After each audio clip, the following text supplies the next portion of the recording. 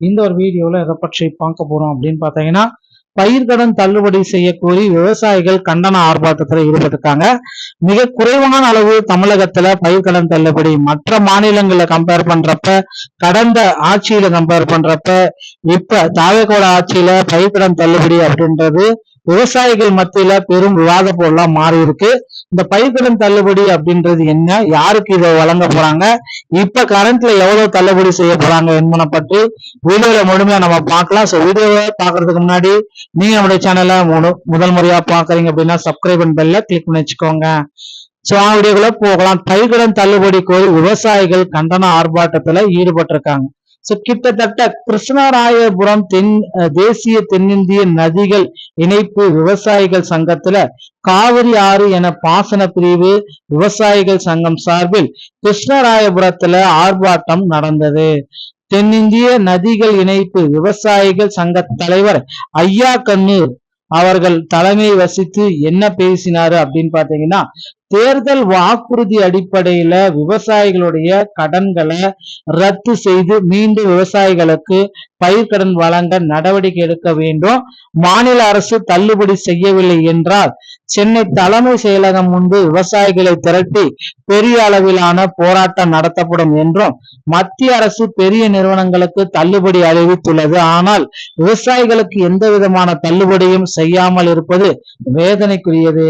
இவ்வாறு அவர் பேசினார்.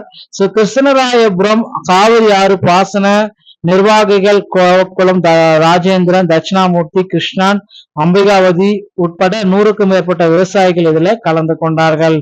விரைவில் இந்த விவசாய கடன் தள்ளுபடி குறித்த ஒரு மிகப்பெரிய ஒரு அப்டேட்டை எப்ப வெளியிட போறாங்க அப்படின்றதுதான் இப்ப கேள்விக்குறியா இருக்கு.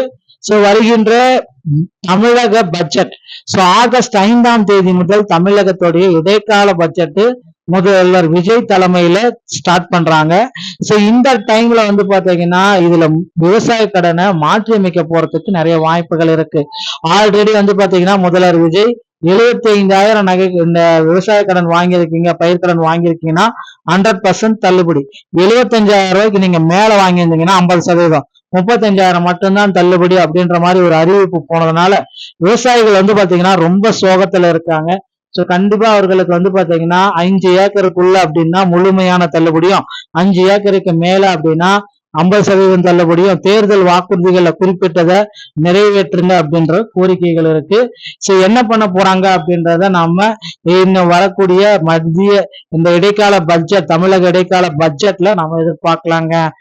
இதுல பாத்தீங்க அப்படின்னா எந்த அளவுக்கு மாற்றங்கள் இருக்கும், எவ்வளவு நிதி ஒதுக்கீடு பண்ணுவாங்க அப்படின்னு பாத்தீங்கன்னா, விவசாயிகளுக்காகவே 65,000 கோடி ரூபாய் வரைக்கும் நிதி ஒதுக்கீடு செய்யறதுக்கு வாய்ப்புகள் இருக்கு.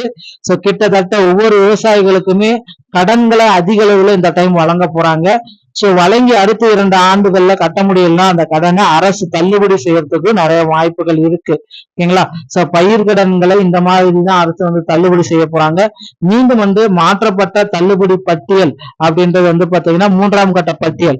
அதுல 75,000 இருந்து 4 லட்சம் வரைக்கும் 100% தள்ளுபடியா வழங்கலாம் அப்படின்ற மாதிரி யோசனைகள் போயிட்டு இருக்கு.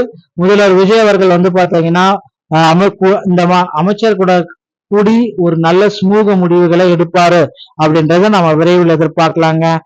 இந்த மாதிரி தகவல்களை நீங்க உடனுக்குடன் பெறணும் அப்படின்னு நீங்க நினைச்சீங்கன்னா நீங்க நம்முடைய சேனலை ஒரு சப்ஸ்கிரைப் அண்ட் பெல்ல மட்டும் கிளிக் பண்ணி வச்சுக்கோங்க. மீண்டும் ஒரு நல்ல தகவலோட நான் உங்களை சந்திக்கிறேன். நன்றி, வணக்கம்.